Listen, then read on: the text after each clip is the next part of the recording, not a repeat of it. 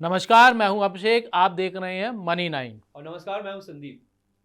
आज शेयर बाजार में हमने एक उल्टी गंगा बहते हुए देखी। शेयर बाजार जहां एक ओर धड़ाधड़ गिर रहा था, वहीं एक शेयर ऐसा था जो लंबी लंबी छलांगें भर रहा था।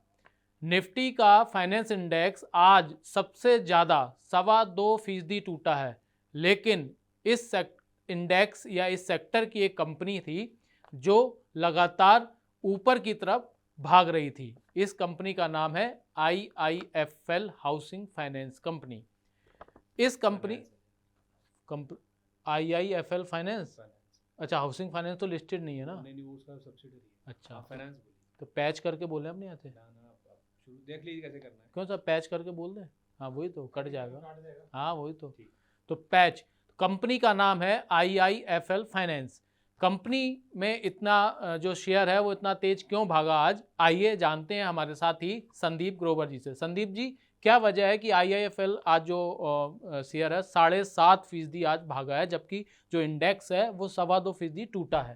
देखिए, इसमें खबर है और खबर ये है कि अबू धाबी इन्वेस्टमेंट अथॉरिटी, जिसे आप ADIA के नाम से भी जानते हैं, उन्होंने इनकी एक सब्सिडरी है IIFL हाउसिंग फाइनेंस। इनका जस्ट एक सेगमेंट है, एक सब्सिडरी है, उसमें उन्होंने 20% हिस्सा खरीदा है। और आप ध्यान दीजिए अभिषेक, 2200 करोड़ रुपए में ये 20% हिस्सा खरीदा गया है। अच्छा। यानी कि जिस सब्सिडरी में 20% का निवेश उन्होंने 2200 करोड़ रुपए में किया है, उसके वैल्यूएशन 100% हिस्से के लिए 2200 करोड़ के हिसाब से 11,000 करोड़ रुपए के आसपास के बैठते हैं।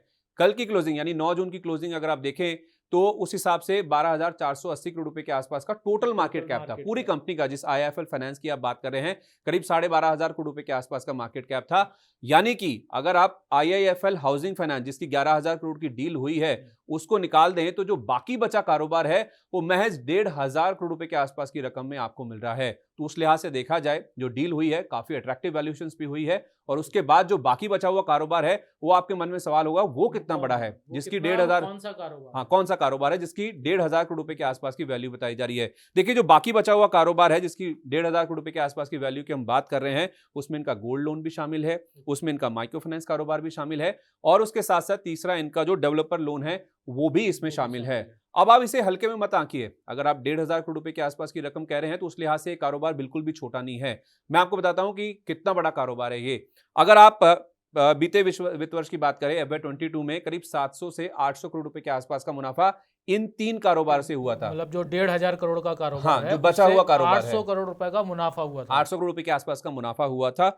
और आप देखिए, इसी तीनों कारोबारों से जो बचा हुआ कारोबार है, जो मौजूदा वित्त वर्ष है FY23 वित्त वर्ष 2023, वो माना जा रहा है 1,000 करोड़ रुपए के आसपास का मुनाफा इन तीनों कारोबारों से आता हुआ दिखेगा। तो ऐसा नहीं है कि जो IIFL हाउसिंग फाइनेंस जहां पे डील हुई है 11,000 करोड़ रुपए की वैल्यूएशन में, केवल वही अच्छा कारोबार है। जो बाकी बचा हुआ कारोबार है, बहुत अच्छा कारोबार है वो, और काफी अच्छे तरीके से ग्रो कर रहा है और अच्छे खासे मुनाफे कमाता है वो भी। तो उस लिहाज से देखा जाए, अच्छे खासे मुनाफे वाला जो बचा हुआ बिजनेस है वो आपको 1,500 करोड़ रुपए के आसपास की रकम में मिलेगा। तो जाहिर सी बात है, कोई भी लालायित होगा शेयर को खरीदने के लिए, जिस वजह से आप कह रहे हैं कि एक तरफ जो सेक्टर का इंडेक्स है निफ्टी फाइनेंस, वो करीब 2.25% गिरकर बंद हुआ और ये स्टॉक लगातार ऊपर चढ़ रहा था। तो अगर हम अब बात करें IIFL फाइनेंस की, तो इसका जो कारोबार है उसकी क्या वैल्यू है, और अभी मतलब पूरे कारोबार का अगर हम एक उसकी वित्तीय स्थिति देखें तो वो कैसी है कंपनी की? देखिए, जो बाकी 3 बचे कारोबार हैं उसके नंबर्स मैं आपको बता रहा था, लेकिन ओवरऑल अगर आप IIFL फाइनेंस की बात करें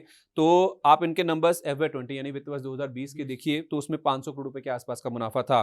2021 में यानी वित्त वर्ष 2021 में बढ़कर 760 करोड़ रुपए हो गया। अब जो लेटेस्ट नंबर आए हैं वित्त वर्ष 2022 में, उसमें आप देखें तो करीब 1200 करोड़ रुपए के आसपास का मुनाफा हो गया। यानी कि लगभग 2.5 गुना के आसपास पिछले 2 साल में इस कंपनी का जो मुनाफा है वो ग्रो हो चुका है। तो ऐसा नहीं है कि ये कंपनी किसी भी तरह से खराब है, फाइनेंशियल्स बहुत स्ट्रांग है। और उसके लिहाज से, और ये जो IIFL हाउसिंग फाइनेंस में ये डील हुई है, ये कहीं ना कहीं दर्शाता है कि इनके जो बिजनेसेस हैं कितने ल्यूक्रेटिव हैं और कितना ग्रोथ पोटेंशियल इस कंपनी में देखने को मिल सकता है। तो वित्तीय हालात इस कंपनी के बहुत मजबूत है, और शायद यही कारण है कि अच्छी ग्रोथ की अपॉर्चुनिटी को देखते हुए इतने बड़े जो निवेशक है उन्होंने अच्छे खासे वैल्यूएशन पर ये डील करी है। ओके, ये तो हो गया मौजूदा स्थिति कंपनी की, हमें वैल्यू भी पता चल गई, उसका मार्केट कैप पता चल गया, उसकी वित्तीय स्थिति पता चल गई। तो अब आगे इसका जो रोड मैप है कंपनी का वो कैसा है, और अगर कोई निवेशक इसका इसमें निवेश करना चाहता है तो उसके लिए क्या अभी अवसर मौजूद हैं, क्या वो उसमें एंट्री कर सकता है अभी? देखिए, रियल एस्टेट जिस तरह से ग्रो कर रहा है उससे आप जो इनका हाउसिंग फाइनेंस जिसमें डील हुई है उसका तो अंदाजा लगा ही सकते हैं कि किस तरह से वो ग्रो कर सकता है। साथ ही जो बाकी बचे हुए कारोबार हैं इन सबको अगर हम क्यूमुलेटिवली मिला लें तो कोई भी डील या कोई भी कंपनी, कोई भी शेयर इस लिहाज से चलता है कि उसके वैल्यूएशन किस तरह के हैं। वैल्यूएशन के लिहाज से आप देखिए, जो वित्त वर्ष मौजूदा 2022 का जो साल खत्म हुआ है उसमें देखें तो करीब 31 रुपए के आसपास का ईपीएस इन्होंने क्लॉक किया है, अर्निंग्स पर शेयर जो होता है। उस लिहाज से 9 जून की जो कल की क्लोजिंग थी 329 रुपए के आसपास की, शेयर महज 10.5 गुना के पी मल्टीपल पर अवेलेबल है। आज की जो 7.5% के आसपास की बढ़त हुई है उसको भी अगर आप मिला लें, उसको फैक्टर इन भी कर लें, तब भी ये शेयर 11.25 गुना के आपको पी मल्टीपल के आसपास अवेलेबल नजर आएगा। अब आप कहेंगे कि ये बाकी कंपनियां जो हैं सेक्टर की उनके मुकाबले कैसे खड़ा है। मैंने बाकी कंपनियों को भी कंपेयर किया, बाकी सभी कंपनियां आप सेक्टर की देखें तो वन ऑफ द चीपेस्ट, सबसे सस्ती कंपनियों में से एक ये आपको आईआईएफएल फाइनेंस पूरे फाइनेंस सेक्टर में ये अगर कोई निवेश करना चाहता है तो उसके लिए सस्ते में मतलब एक सोना खरीदने जैसा ये शेयर हो सकता है। और उसके साथ साथ आप देखिए कोई बड़ा निवेशक आके इनके सिर्फ एक कारोबार में इतने अच्छे वैल्यूएशंस पे आके निवेश कर रहा है, तो कंपनी बहुत अच्छी ग्रो कर रही है, वैल्यूएशन बहुत अच्छे हैं, इनके फाइनेंशियल्स ग्रो कर रहे हैं। 500 करोड़ वाला मुनाफा 2 साल में करीब 1200 करोड़ रुपए के आसपास हो गया और उसके साथ साथ एक बड़े निवेशक की बैकिंग। तो क्या इसमें हम ये भी मान सकते हैं कि आरबीआई ने जो अभी रेपो रेट बढ़ाया है उसका फायदा भी क्या फाइनेंस इसको मिल सकता है? देखिए, बहुत से लोगों के मन में ये डाउट रहता है कि अगर ब्याज दरें बढ़ रही हैं तो क्या वो बैंकिंग या किसी वित्तीय कंपनी के लिए वो दिक्कत की बात हो सकती है।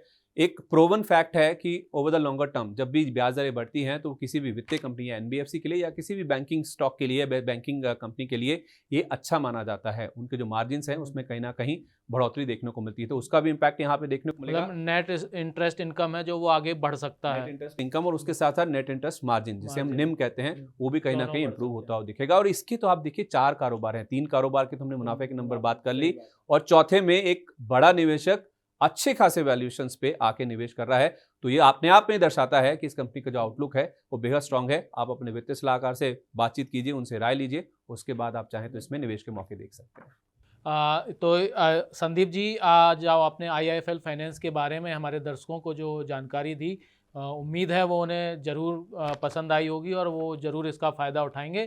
तो ऐसी ही तमाम शेयर बाज़ार से जुड़ी जानकारियों के लिए बने रहिए मनी 9 के साथ। धन्यवाद संदीप।